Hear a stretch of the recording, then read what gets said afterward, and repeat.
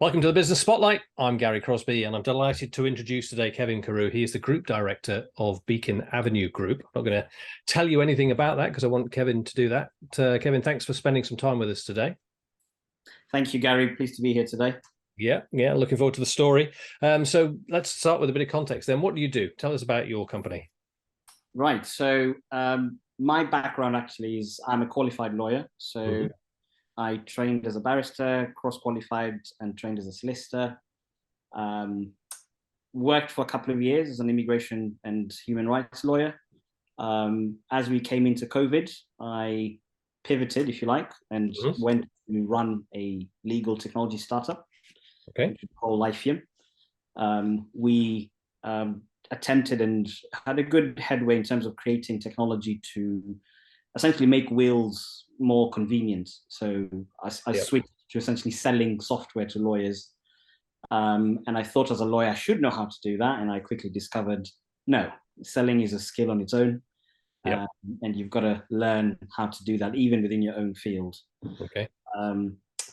To cut the show short a little bit, we had a good run. Got investment into the business, which was largely shareholder funded, but we ran out of steam. And around the time that happened, I decided to go back to what I know how to do. So, the first company under Beacon Avenue Group, which is Beacon Avenue Law, was created.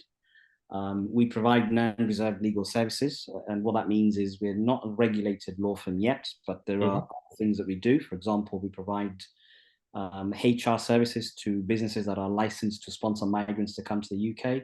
Okay. So that's one thing that we do quite well. There are certain things within HR, employment law related issues, which a lot of the time require a bit of mediation between employer and employee. Again, so I found little spaces and pockets of services that I could offer to people who are known to me, either former clients or new ones. And that's largely what the law business does. Okay. Today, we have a recruitment side of the business, and we have a technology development side of the business, and hopefully soon real estate. Wow. Well, there's a journey that we can explore in a bit of detail. I wanted to, if I may, go back to the moment when you were in employment.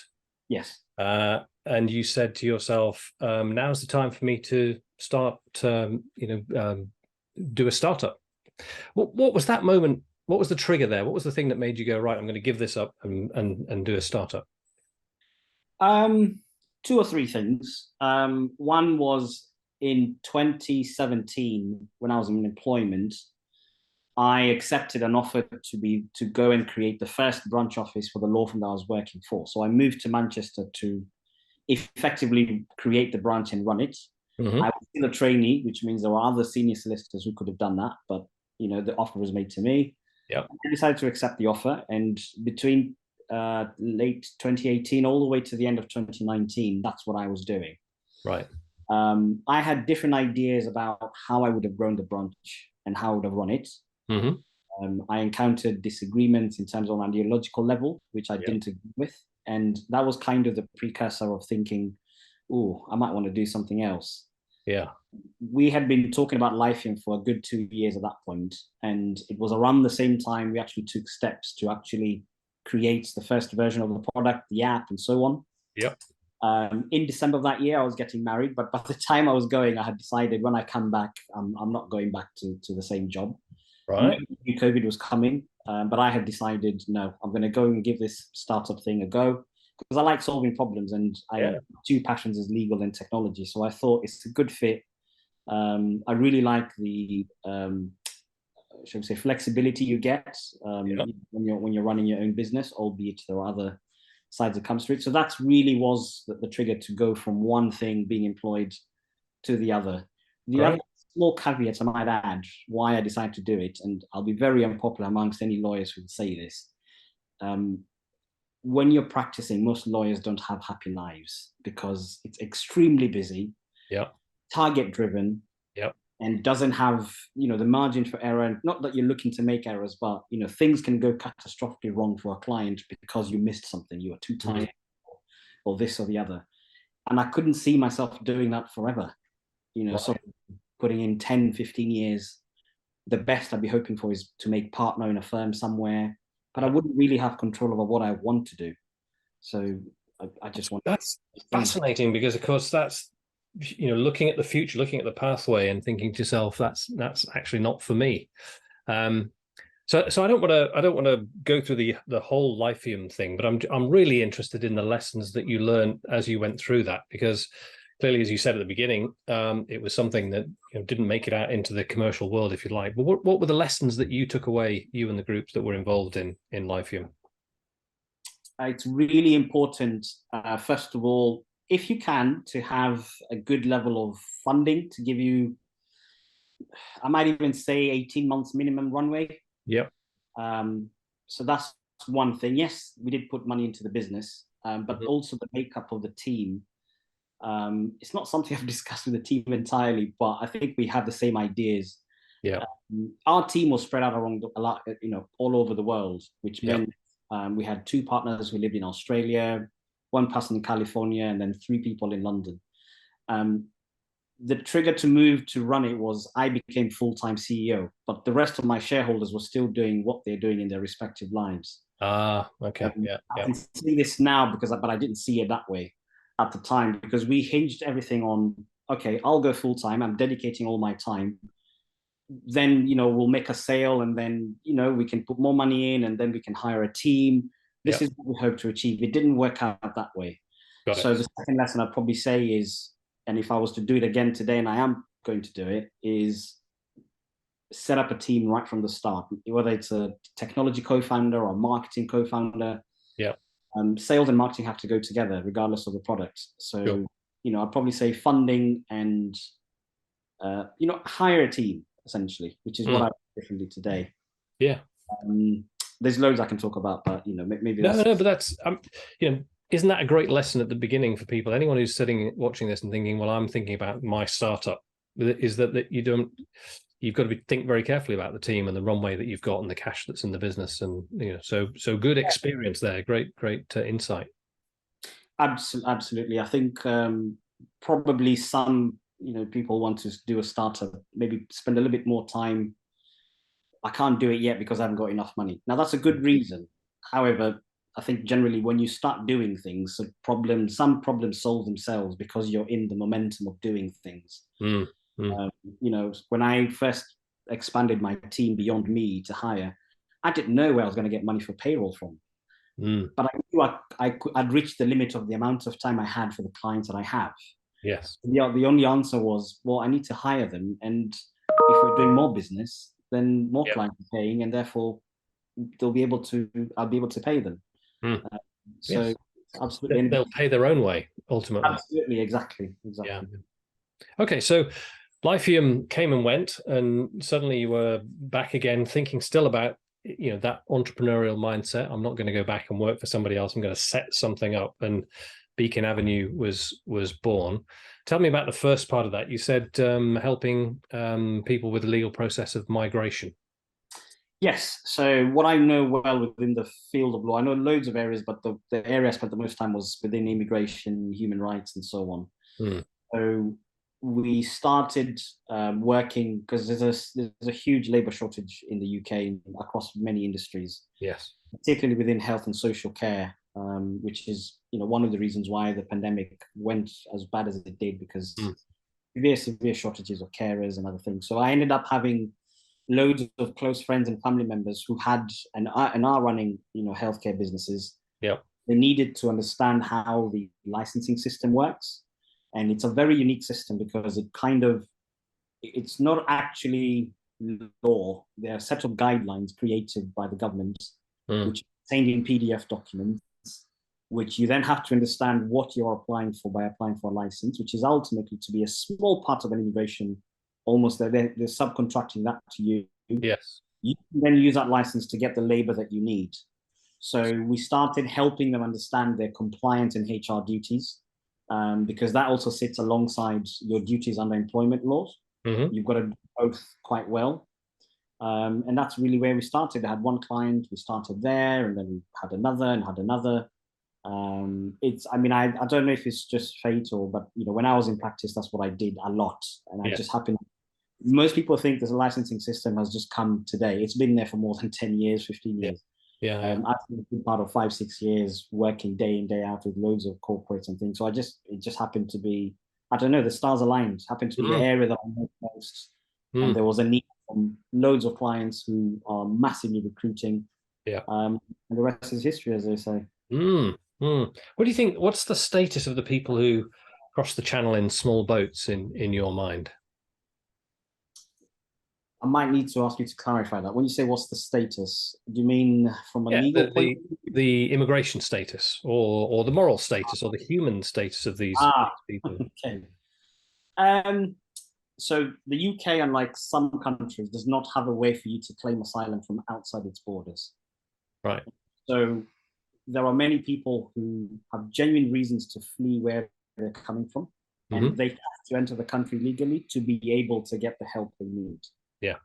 For them to enter legally, they would have to be able to make a valid application from wherever they're coming from. Mm. That's not always possible. If you're coming from Afghanistan, Syria, imagine countries where even Ukraine right now, Mm. circumstances are not such that they allow you to sit down, plan, get your laptop out. You don't have that choice, which means these people are fleeing, for their lives, Yeah. Yeah. family, and so on. So we can criticize the fact that there's a lot of illegal border crossings, but they have no choice. Once Mm. they've decided I need a better life, they have no choice. Now things have become complicated since leaving the EU, because Yeah. previous is what we call the Dublin Convention, which meant you are supposed to claim asylum in the first country that you arrive at. Mm. The purpose of that was to stop asylum shopping, where we know migrants prefer to come to a certain country more than others, maybe Mm. because of language or other Yeah. things. So because we left the EU and we're no longer part of the Dublin Convention, that means actually people can take a risk and come over. Rather than, for example, if you arrive to France, claim asylum in France. If you arrive in Germany, claim asylum there. Yeah. So I don't look at it from a moral point of view. I think, yes, there are people who are not genuine. We know that. But there are many people in day-to-day society who also don't do great things. Yeah. True. I don't know whether there is a benefit to understanding the morality of it, because I don't think they have a choice. In terms of legal status, as soon as you're here, you're able to claim asylum straight away. And as soon as you've claimed asylum, you are protected whilst your application is being processed. And Mm. obviously, there's loads of backlogs, and things like that. So it becomes a waiting game. And I think these days it's become quite bad. People go 2 years, 3 years without hearing anything back. Yeah. Yeah. And Case. do you think the whole question of gathering people together and shipping them off to Rwanda is the answer, or is it? What are the potential pitfalls with that? No, it's not. It's not the answer, because you're shipping people off, first of all, to a country they have no connection with. Yeah. Um, After having lived here for some time, forming social ties and things, Yeah. because the government might say, no, we're going to ship off the ones who have just come. Well, we don't know that, because until you process somebody's claim, that's when you get to know, do they have a right? Do they not? Do they have a good case? Do they not? I think shipping people off to Rwanda is essentially subcontracting your responsibility. And Yeah. on a human level, I think it's inhumane, because you don't know what it's like to live in Rwanda. Rwanda's done great things. I come from Kenya, and Yeah. it's a very promising country. But you can't subcontract. And also, when they go to Rwanda, they will be assessed again. And if they don't qualify, they could get kicked out of Rwanda. Yeah. Now they're stranded in a whole different continent. And I guess, what it looks like, the policy is just designed to try and cut the numbers, but not really touching the reason why there are high numbers anyway. Mm. And then, of course, we've got the barges as well to house people whilst they're waiting to find out whether they're going to be sent to Rwanda. Absolutely, absolutely. So it's not in a great state at the moment, and it Mm. does a lot of investment in recruitment. First of all, the Home Office has one of the highest turnovers of staff members, which is part of the reason sometimes there's backlogs.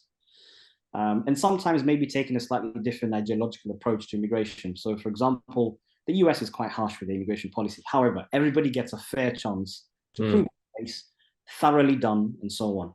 Yes. I can't see the number of times when I was in practice, I've had a case where the only reason why somebody's gone 10 years without having status is because mistakes were made, and the legal process as it is to correct those mistakes, it takes a long time. So, and it's inherent within the culture and things. So, and the other thing is, different home secretaries also command a different tune. Yes. I won't tell you who I think was the best at the time, but yeah, you do whoever is home secretary also makes a difference in terms of, because the leader sets the pace and the rest follow. I'm reminded of, when boats crossing the channel first became a public media issue, and I was in America at the time, and there was an American cartoon in which on one side of the cartoon there was a giant Coast Guard cutter, and a man in uniform was standing leaning on the front rail of the Coast Guard cutter looking down at a small group of people in a dinghy, and he shouts down to them, "Where are you from?" And the voice comes up from the dinghy, "Earth." And I thought that kind of puts it in perspective a little bit. That was an interesting view of immigration in that sense. I mean, the best bit I learned about immigration is I've interacted with people from all sorts of countries. I've learned something about every single country that I've not been to, but I've interacted with somebody from that country. And yeah, the answer is, where are you from? From Earth. We're all human. We all deserve dignity and respect as best as possible. But the law must be respected, and rule of law should follow. But we should be trying to find the balance, and always remember the balance between the two is important, and not go too much one way. Yeah, the interpretation of the law. So now Beacon Group has got this part to it. Are you building a team inside the law firm part of Beacon Group? Yeah, so obviously since we started, and it's I run the business with my wife. She does a lot of things which are unseen but are very important to where we're up to. Yeah. And that starts with the vision for what we set out to do, which was to solve problems doing the things we know the best. So for me, that was starting from a legal point of view. Then we realized when we're providing sort of HR compliance services to our clients under the legal business, we realized, well, actually, we could upsell recruitment. We can basically your entire process and say, look, as a business owner, what you should be doing is developing your business and growing it. Now, recruitment has, by the very nature of it, has a lot of steps and things you have to do, particularly if you're a licensed sponsor. So we said, so for some clients, we decided, look, we can offer you an end-to-end process. And so we upsold that. And actually that ended up being the busier of the businesses. Yeah, I bet. And it's going great so far. We've just built our own recruitment platform and website, and just about to start rolling it out. Technology is what I believe in technology as being a good thing to solve problems. And combining the two is really, it's a little bit of what I was doing at Lifeshim, because when I was as the CEO of Lifeshim, I ended up being involved in almost everything. So I was having quite regular in-depth calls with the tech team. When I did my law degree, I did a bit of tech, computer engineering, and a little bit of coding, but not too much. So I get it. I get the fundamentals. So when I have a new client, so today, for example, the reason I was running a little bit late is because I had a client in Nottingham who we provide recruitment services to. But it's the first time I got to go to his office. And what I like to do is very much like you're doing, which is sit down and listen to how they run the business, what the problems are. And so somebody could describe to me, for example, we're managing our workers using a spreadsheet. And initially I'm like, spreadsheets are good, but unless you're an expert user of Excel, there's a technology out there that can help you simplify your work. And it turned out, after I explained to him, this is what we can do for you, this is what we can build for you. He said, if you do that, 3 of my admin staff, I only need 1, and the other 2, I can repurpose them elsewhere. And I'm saving of probably about £30,000 this year. Right. Investing a much lower sum in technology. And I just have such a passion for that combining any of the services. We have clients who take all of our services. We have some who take just the legal or just recruitment. That's the joy of doing this every day. And it's interesting in recruitment. One of my clients runs a company that looks at modern slavery. Okay. And his particular emphasis is in the food production industry and places like that. I know you've talked about health and social care. Do you ever come across anything like that where workers are being exploited by their employers? You do hear of it. We obviously purposefully make sure we vet a client in the context of, although the service we're providing is perhaps before they're employed, it's always good to have an idea of who you're going into business with, based on any information you have about them, any just basic research and things. You do hear stories of really, quite bad stories not really had any interaction with any, but I know how it does happen though, because the balance of power between somebody who needs a job and somebody who's a sponsor maybe, Yeah. or is able to offer a job is not, it's not even at all. It's quite, the gap is too big. And most workers don't actually understand what their rights are, what they can and can't do, and this and that. And sometimes it's ignoring the very obvious, which is, for example, nobody should keep your identity documents. That's for you to keep. If they said, if when you were offered the job, it's it's minimum wage, that's what it should be. For example, nobody should pay you anything less than that, and they should actually pay you what the offer letter says. Yeah. But how do they get help is the problem. And there's a social responsibility as lawyers or professionals who know this, to try and deliver or be accessible to people who need this. Yeah, we're not quite there yet, but there is a model. Citizens Advice is a very good initiative. And when I came to the UK, I loved it. I thought, wow, this is a very good idea. Yeah, I think there's probably a need to have more accessible private initiatives like that, which and many law firms do try and do pro bono, but you have to find them, and it very much depends on them having something set up. So that's one of our objectives. Actually, we have two schemes that we're trying to create. One is sort of that accessibility pro bono scheme where you have a question. I'm not going to charge you for a question. Sometimes you get somebody, oh, please call me back. And when you call them back, they just had a question, and you don't have to go through the whole, you need to book a consultation because I don't know what you want. Maybe the answer to your question is something's not quite going quite well in your employment. Maybe there's, I don't know, modern slavery or something. And we need more accessibility for anybody who's affected to be able to find the help they need. Yeah. And unfortunately, I don't believe that the schemes set up by the government are the best, because those schemes work when the worst of the worst has happened. Yes. And not I know what you mean. At an early stage where somebody could actually reach out, get a bit of information, and realize, oh, actually, I don't need to accept what you're telling me and what you're doing. Yeah, that's interesting. That's interesting. I mean, I was thinking also about, the three different aspects of Beacon Avenue Group. You talked a little bit about the vision that you had at the start. Now you're here and you've got these three elements set up. Where do you want to take the company in the next few years?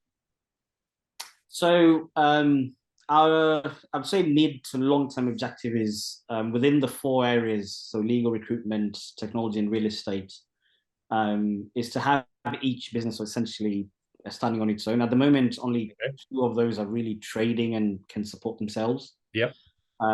But within my own network, within my own community, like I said, I come from Kenya, so I've got loads of families and friends from there and other African countries, and I've got clients who are from the UK. And so within the immediate communities that I'm a part of, our vision is actually to become almost like a household name within our immediate environment, but to give them back a lot more than they give us if we can. Yeah. And for me, I see a lot of people who need to start a business and they're not doing it. I'll give you an example. Yeah. And I really try and push. I'm like, you could do this as a business. You don't have to wait until next year or the perfect timing. Yeah. So is there such a thing as perfect timing? I don't know. So no, I don't think so. But I might not be communicating this as clearly because I've been thinking about this all week, knowing this is coming, but for some reason. But ultimately, yeah, it's to essentially, I mean, the wider target is I'm trying to build £1 billion business. Wow. Now there's a big, scary goal. Yes, it is. But how and what that looks like, I don't have enough clarity to tell that just now. But I do know it's a multifaceted group of businesses, which will include expanding even into perhaps even our own health and social care. We like to find a problem, and if we think we know enough about it, we can recruit some people to run it. Yeah. We can train them or this and the other, and we've got enough capital we can put in. I'm always good to go, and I say, let's do it. Let's see what happens. So you're a true entrepreneur, let's say. You're always looking for the entrepreneurial angle. When people ask you the question, so what do you do? And I never know what to answer. I don't know, should I say I'm a lawyer? Because I'm not fully practicing, really, not really. And that's actually one of the things that's the price to pay for being an entrepreneur. There are things I looked at. The life of a lawyer is not going to allow me to be an entrepreneur. It's not going to allow me to build £1 billion business. It's not, especially in the time I think it can be done in. And so that, that's part of the sacrifice that I've had to make. But I'd probably say legal technologist, but ultimately I'm an entrepreneur, and I enjoy it. It's the best job in the world. So particularly when I realized about selling, I was like, oh, okay, this makes it simple to understand. yeah.